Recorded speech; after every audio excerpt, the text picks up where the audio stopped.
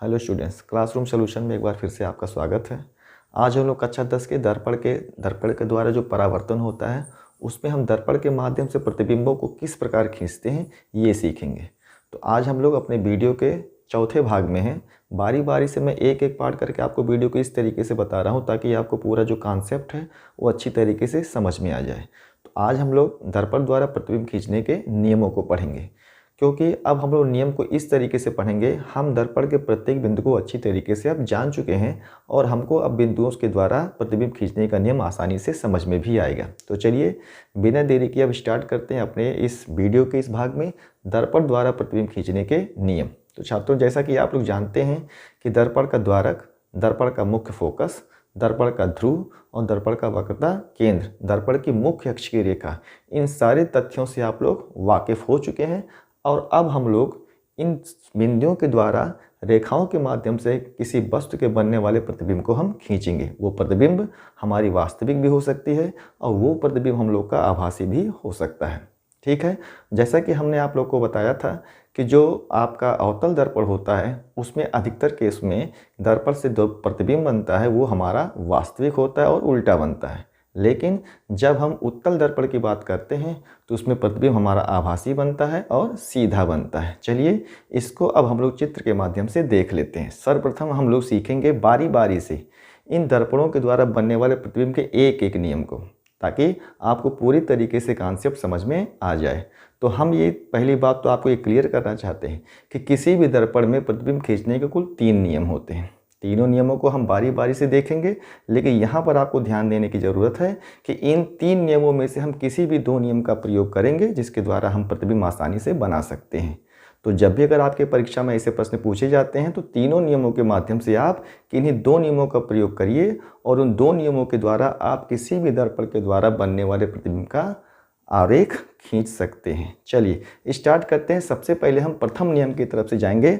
हम यहाँ पर पहले दोनों दर्पणों का एक खाका तैयार करते हैं ताकि आपको समझने में सहजता हो। चलिए सबसे पहले हम लेते हैं यहाँ पर उत्तल दर्पण। उत्तल दर्पण से आपको मालूम हो गया होगा कि दर्पण का प्रतिबिंब कैसा बनना चाहिए। उत्तल दर्पण एक ऐसा दर्पण होता है जिसमें परावर्तक तल उभरा होता है। इसका मतलब हमने इसके दबे हुए तल को शेड कर दिया है। ये हमारा उत्तल दर्पण अब तैयार हो चुका है। अब उत्तल दर्पण में हम सबसे पहले मुख्य अक्ष की रेखा तैयार कर देते हैं। ये बिंदु हमारा है दर्पण का ध्रुव, जिसे हम पोल के नाम से समझेंगे। यहाँ पर होगा दर्पण का फोकस जो दर्पण के वक्रता केंद्र और दर्पण के ध्रुव के बीच में होता है। ध्यान देना है, उत्तल दर्पण में जो दर्पण का मुख्य फोकस होता है वो दर्पण के दूसरी तरफ अर्थात वस्तु के दूसरी तरफ होना चाहिए और वक्रता केंद्र भी आपकी उसी साइड में होगी अर्थात दर्पण के पीछे। और यहाँ पर हम नीचे जो एक फिगर बनाएंगे वहाँ पर भी आपको ध्यान देना है कि ये दर्पण हमारा होगा अवतल। अवतल दर्पण का मतलब छात्रों आपको पहले ही मालूम है कि जिस दर्पण से प्रकाश का परावर्तन हमें दर्पण के दबे हुए तल से कराना होता है वो दर्पण हमारा होता है अवतल। मतलब अब हम लोग इसके उभरे हुए तल को शेड कर सकते हैं। उभरे हुए तल को शेड करने के लिए हम क्या करेंगे, इसके पीछे वाले पोर्शन को जो इसका उभरा हुआ है इसको हम शेड कर देते हैं। यहाँ दर्पण के हम लोग द्वारक को भी मेंशन कर देते हैं M1 और M2 के नाम से, M1 और M2 के नाम से। तो यहाँ M1 और M2 हो गया। अब हम लोग इसको तैयार करते हैं दर्पण की मुख्य अक्ष की रेखा। यहाँ पर दर्पण के पोल को हम लोग P से शो करेंगे। दर्पण का वक्रता केंद्र है C और ये दर्पण का मुख्य फोकस। इन तीनों बिंदुओं को आप जानते हैं। ये जो दर्पण आपका दिखाया जा रहा है वो हमारा है कॉन्वेक्स, मतलब हमारा है उत्तल दर्पण, और ये जो दर्पण हम लोग देख रहे हैं वो हमारा है कनकेव, मतलब अवतल दर्पण। ठीक है, यहाँ पर हम देखते हैं कि इस दर्पण को देखने के लिए सबसे पहले हम यहाँ पर पहले नियम की तरफ चलते हैं। पहला नियम हमारा क्या कहता है, हम अवतल दर्पण में ध्यान देंगे कि अगर दर्पण के मुख्य अक्ष के समांतर चलने वाली कोई प्रकाश की किरण होती है। यहाँ पर हम गौर करेंगे क्या होता है, दर्पण के मुख्य अक्ष के समांतर चलने वाली प्रकाश की किरण जब दर्पण के परावर्तक तल से टकराती है तो वो दर्पण के मुख्य फोकस से होकर जाती है। ध्यान दीजिएगा, ये आपको जो फिगर दिख रहे हैं ये है दर्पण के मुख्य अक्ष के समांतर चलने वाली प्रकाश की किरण जब दर्पण के परावर्तक तल से टकराती है तो दर्पण के मुख्य फोकस से होकर जाती है। यहाँ पर आपको ध्यान देना है कि सबसे पहले पहला नियम क्या कहता है कि जब भी प्रकाश की किरण दर्पण के, चाहे वो उत्तल हो और चाहे वो अवतल हो, वो जब दर्पण के मुख्य अक्ष के समांतर चलेगी तो जब दर्पण के परावर्तक तल से टकराएगी तो वो परावर्तित होगी और वो फिर मुख्य फोकस से होकर जाएगी। ये अवतल में होगा, लेकिन उत्तल की बात करेंगे तो आपको प्रतीत होगा कि वो मुख्य फोकस से होती हुई आ रही है। ठीक है, क्योंकि उत्तल दर्पण से बनने वाले प्रतिबिंब अधिकतर आभासी होते हैं, तो उसको भी देख लेते हैं कि दर्पण के मुख्य अक्ष के समांतर चलने वाली प्रकाश की किरण। देखिए उत्तल दर्पण में ये दर्पण के मुख्य अक्ष के समांतर चलने वाली प्रकाश की किरण है। अब इसको जो था, इसको तो परावर्तित होना था, रिफ्लेक्ट होना था, तो वो तो रिफ्लेक्ट होकर बाहर की तरफ चली जाएगी। लेकिन जब आप इसको ध्यान से देखेंगे तो ये किरण जो होता है वो आपको आभास दिलाता है कि वो दर्पण के मुख्य फोकस से होती हुई आ रही है। देखिए, ठीक है, ये देखिए ये किरण जो है वो दर्पण के मुख्य अक्ष के समांतर है, यहाँ परावर्तक तल से टकराती है और वो परावर्तित हो जाती है, लेकिन यह आभास होता है कि वो दर्पण के मुख्य फोकस से ही होकर आ रही है। तो ये हमारा पहला नियम था कि जब भी प्रकाश की किरण दर्पण के मुख्य अक्ष के समांतर चलेगी तो वो परावर्तन के पश्चात दर्पण के मुख्य फोकस से होकर जाएगी अवतल दर्पण में, या दर्पण के मुख्य फोकस से होती हुई आती हुई प्रतीत होगी। वो हमारा है उत्तल दर्पण के लिए। ये हमारा प्रतिबिंब खींचने का पहला नियम है कि अगर आप आरेख दर्पण के मुख्य अक्ष के समांतर लेंगे तो परावर्तन के पश्चात एक तो आप अवतल दर्पण के लिए उसे मुख्य फोकस से होकर आपको लेकर जाना पड़ेगा, और उत्तल दर्पण के लिए मुख्य फोकस से होकर आती हुई प्रतीत होती किरणें दिखानी पड़ेंगी। ये हमारा प्रथम नियम था। आसान है।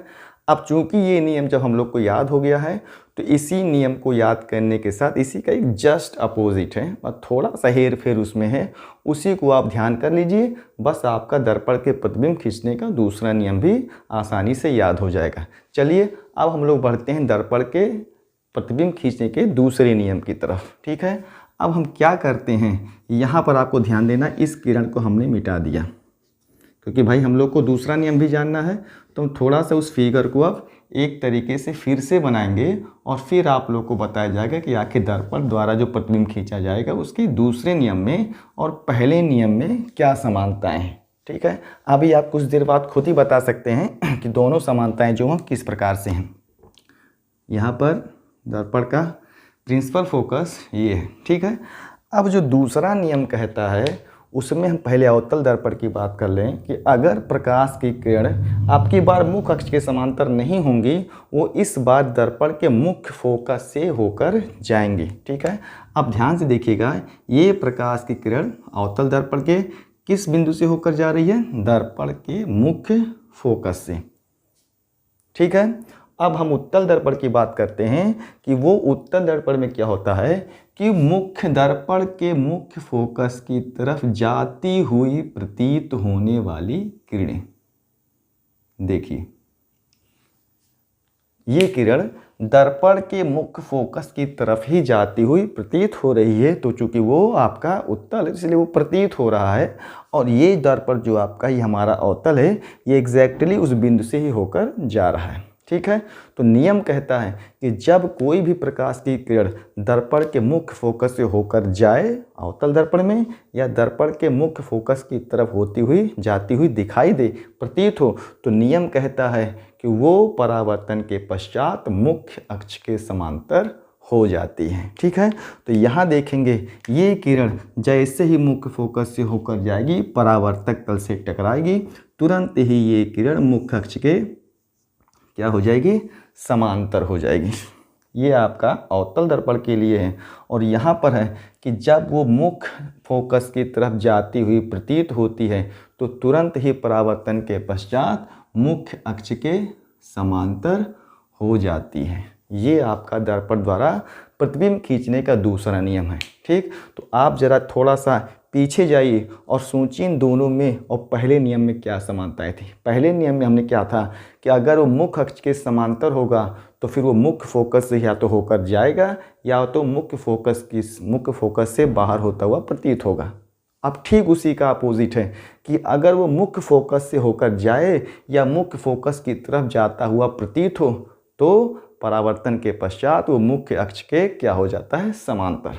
बस यही दोनों में फ़र्क था। ठीक है, तो ये हमारा था दर्पण द्वारा प्रतिबिंब खींचने का दूसरा नियम। अब हम चलते हैं दर्पण द्वारा प्रतिबिंब खींचने के अपने तीसरे और आखिरी नियम की तरफ। तो यहाँ पर हम एक बार फिर से हमको इस चित्र को दोबारा से बनाना पड़ेगा। ठीक है, इसके लिए हमने क्या किया है कि सबसे पहले हमने दोनों दर्पणों को हम आसानी से और सुंदर तरीके से अपनी कॉपी में बनाएंगे ताकि हम भी इसे अच्छी तरीके से सीख पाएँ।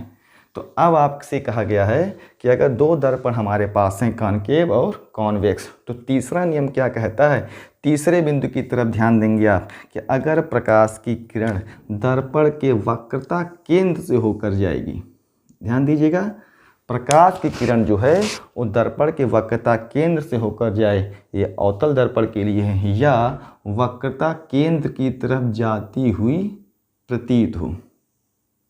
देखिए, अगर प्रकाश की किरण जो प्रकाशिक स्रोत से निकलेगी और वो दर्पण के वक्रता केंद्र से होकर जाए तो नियम कहता है कि वो परावर्तन के पश्चात पुनः अपने मार्ग से लौट जाती हैं। तो ये टकराएगी और परावर्तन के पश्चात पुनः अपने मार्ग से लौट जाएगी, मतलब जिस रास्ते से गुजरेगी उसी रास्ते से रिफ्लेक्ट होकर वापस चली जाएगी।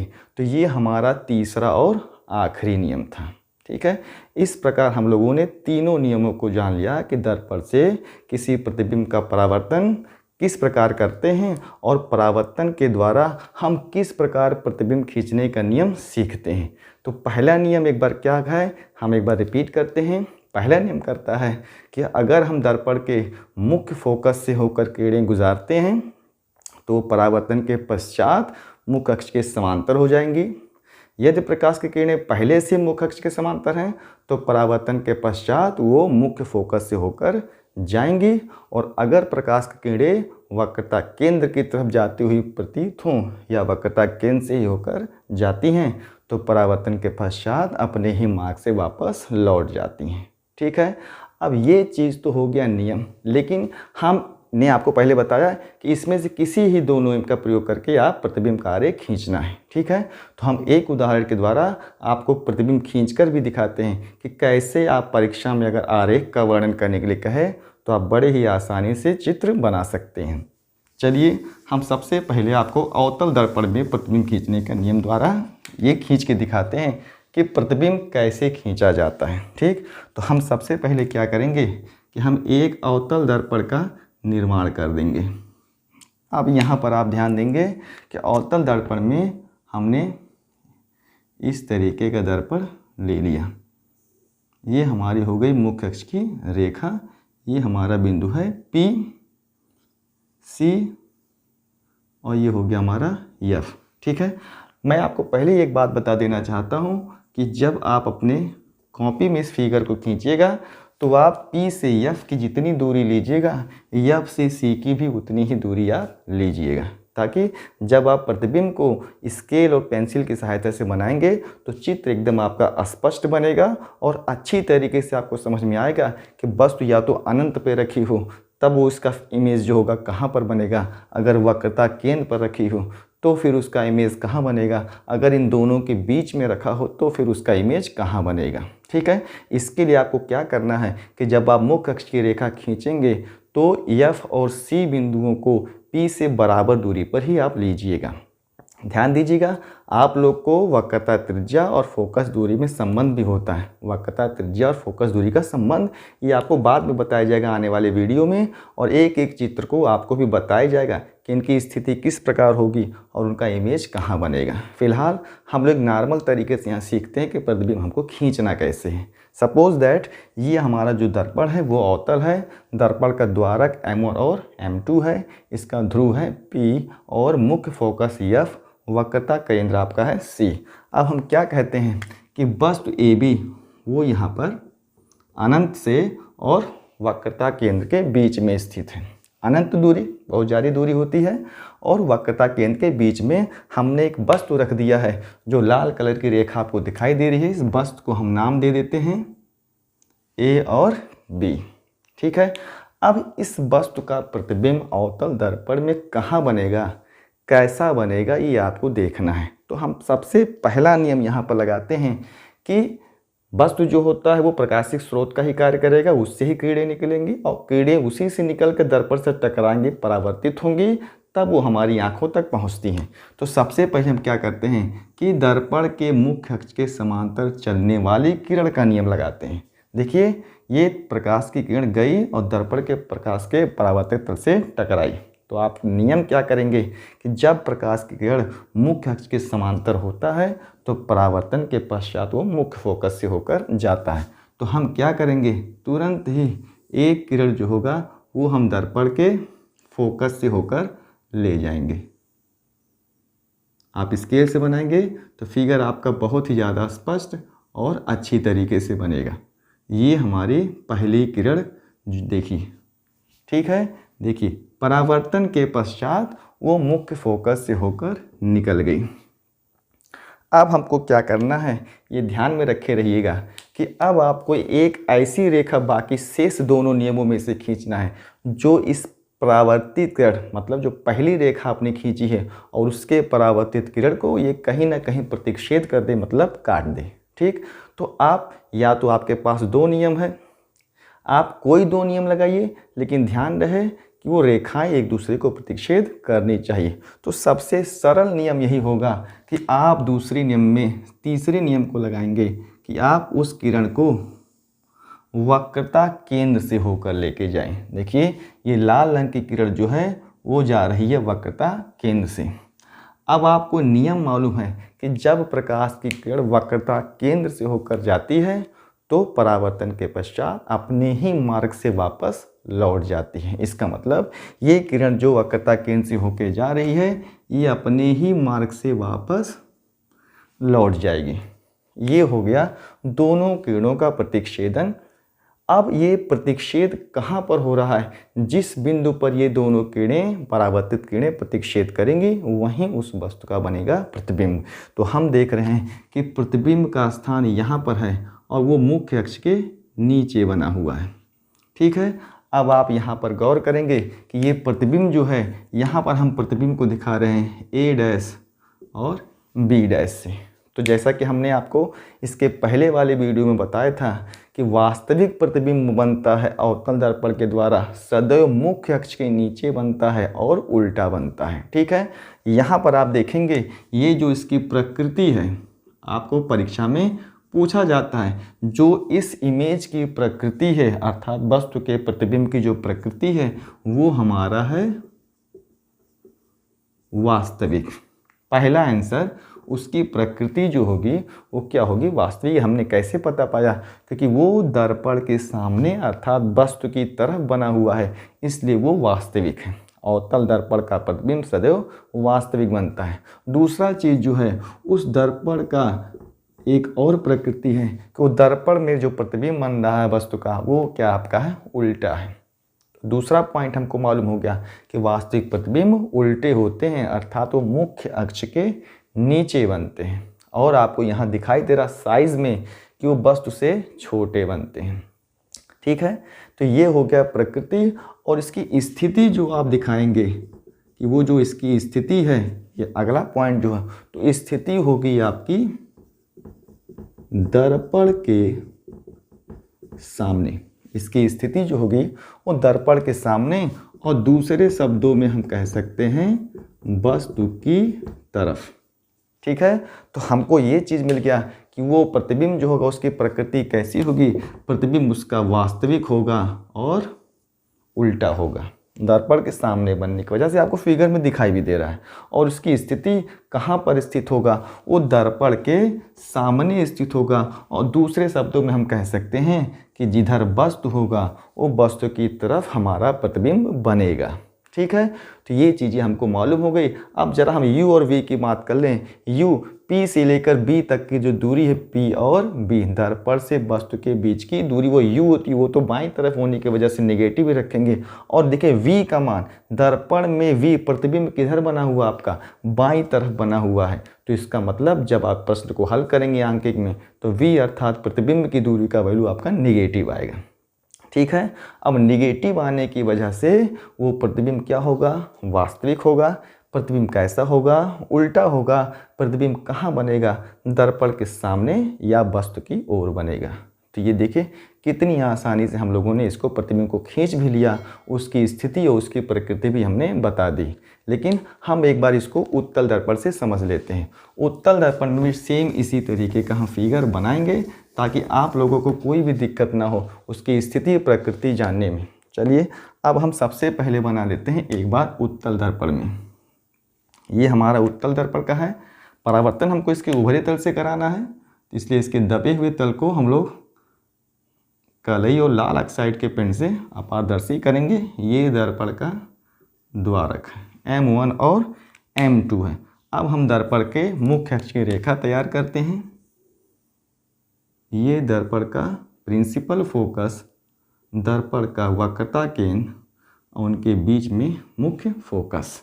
ठीक है, चलिए तो हम सबसे पहला नियम, अब आप लोग को बड़ी उत्सुकता हो कि ये नियम हम पहले वही लगाएंगे। सबसे पहले हम यहाँ पर वस्तु को प्लेस कर देते हैं और वस्तु को, यहाँ जो लाल रंग की लाइन दिखाई दे रही है, उस वस्तु को हम लोग नाम करेंगे A और B। तो नियम क्या है, सबसे पहला नियम हम वही करते हैं कि दर्पण के मुख्य अक्ष के समांतर चलने वाली प्रकाश की किरणें यदि अवतल दर्पण की तरफ जाती हैं तो वो क्या होता था, मुख्य फोकस से होकर जाती थी। लेकिन ये दर्पण अवतल ना होकर ये दर्पण हमारा उत्तल है। मतलब जब दर्पण के मुख्य अक्ष के समांतर प्रकाश की किरणें चलेंगी तो वो दर्पण के मुख्य फोकस से आती हुई प्रतीत होंगी। मतलब ये किरण जो है वो आपको ऐसा प्रतीत होगा कि दर्पण के किस बिंदु से होकर आ रही हैं, मुख्य फोकस से होकर आती हुई प्रतीत हो रही हैं। ठीक है, यहाँ पर आप गौर करेंगे कि आपको यहाँ पर ध्यान देना है कि ये किरणें आपको आभासी रूप से पीछे की तरफ ले जानी है। अब आप देखेंगे दूसरा नियम, एक किरण तो हमने खींच दिया। अब दूसरा नियम हमको क्या करना है कि कम से कम ये जो किरणें हैं ये आभासी रूप से कटेंगे, क्योंकि इधर तो आप किरणें नहीं काट पाएंगे।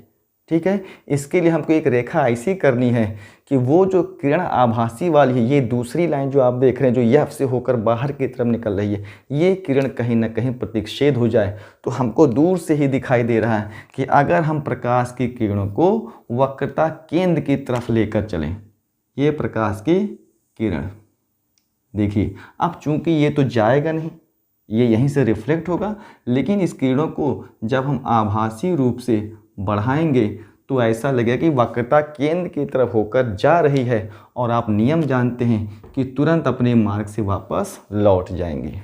ठीक है, आप देखिए दोनों का प्रतिच्छेदन बिंदु ये है। इस बिंदु पर दोनों किरणें एक दूसरे को काट रही हैं। अब ये प्रतिच्छेदन बिंदु मुख्य बिंदु के मुख्य अक्ष के ऊपर है। इसका मतलब ये इस जगह पर उस वस्तु का बना प्रतिबिंब जिसे हमने कहा A' और B'। ठीक है, अब देखिए यहाँ पर आपने इस चित्र के माध्यम से क्या जाना, सबसे पहले हम जानेंगे इसकी प्रकृति क्या है। दूसरे नंबर पर हम जानेंगे इस चित्र के माध्यम से उसकी स्थिति क्या है। तो प्रकृति क्या हुई, प्रकृति तो इसकी हुई है कि ये दर्पण के पीछे बन रहा है।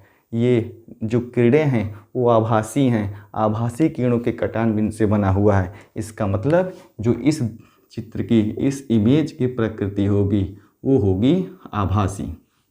ठीक है, आभासी किरणों का प्रतिच्छेदन बिंदु है और आभासी किरणों के प्रतिच्छेदन बिंदु से आभासी प्रतिबिंब बनता है। और वो जो आभासी होगा तो उसकी जो दूसरी प्रकृति होगी वो क्या होगी, सीधी होगी। मतलब प्रतिबिंब सीधा बनेगा। तो मुख्य अक्ष के ऊपर जो प्रतिबिंब बनता है वो अक्सर सीधा होता है। तो आपको क्या मिला कि अगर दर्पण हमारा उत्तल होगा तो प्रतिबिंब आभासी होता है और सीधा होता है। और दूसरे शब्दों में देखिए, ये आपकी है जो P से लेकर B तक की दूरी है, P B डैश, ये जो आप दिखा दे रहे हैं P और B, ये दूरी जो आप देख रहे हैं, ये पूरी दूरी जो है वो वस्तु की दूरी है। और वस्तु की दूरी हमेशा हम नेगेटिव में रखते हैं। और ये जो आपकी दूरी है P से लेकर F तक, ये V की दूरी अर्थात प्रतिबिंब की दूरी है। और अब आप देख रहे हैं प्रतिबिंब इसका दर्पण के दाहिनी तरफ बनना है, मतलब प्रतिबिंब का जो बनना होगा वो अक्सर आंकिक प्रश्नों में आपको धनात्मक चिन्ह के साथ आएगा। तो आप तुरंत कह सकते हैं कि वो प्रतिबिंब हमारा आभासी होगा, वो प्रतिबिंब हमारा सीधा होगा मुख्य अक्ष के ऊपर की तरफ। अब स्थिति तो आपको तस्वीर में दिखाई दे रही कि स्थिति जो है वो वस्तु के दूसरी तरफ भी कह सकते हैं और दर्पण के पीछे भी कह सकते हैं। ठीक है, तो हम यहाँ पर लिख भी सकते हैं वस्तु के दूसरी तरफ, या दूसरे शब्द हम कह सकते हैं दर्पण के पीछे। ठीक है, इस प्रकार हमने प्रतिबिंब खींचना सीख लिया। अब आप घर पर बैठकर इसको अच्छे तरीके से ये जो दूरियां हैं उसको बराबर बराबर अंकित करते हुए विभिन्न स्थानों पर प्रतिबिंब को प्लेस करिए और सीखिए कि इस प्रकार हम प्रतिबिंब कैसे खींच सकते हैं। आप वस्तु को अनंत पे रखिए, आप वस्तु को अनंत और वक्रता केंद्र के बीच में रखिए, आप वस्तु को वक्रता केंद्र पर रखिए और फिर फिगर आप बनाइए। ठीक है, और हम लोग इसके द्वारा सीख सकेंगे कि वो प्रतिबिंब हमारा कैसे और कहाँ बनता है। उम्मीद करता हूँ ये वीडियो आपको पसंद आया होगा। मेरे वीडियो को ज़्यादा से ज़्यादा आप शेयर करिए अपने मित्रों में, अपने सहपाठियों में, अपने रिश्तेदारों में, ताकि कई लोग मेरी वीडियो को पाए और मुझे एनर्जी मिलती रहे आप छात्रों को पढ़ाने में। ठीक है, और मेरी बातों को ध्यान रखिए। परीक्षाओं का डेट भी घोषित हो चुका है, परीक्षाएं आपकी सर पर हैं, तो आप बेहतर तैयारी करिए। कमेंट करके मुझे बताते रहिएगा कि आपको मेरी वीडियो कैसी लगी। बहुत बहुत धन्यवाद।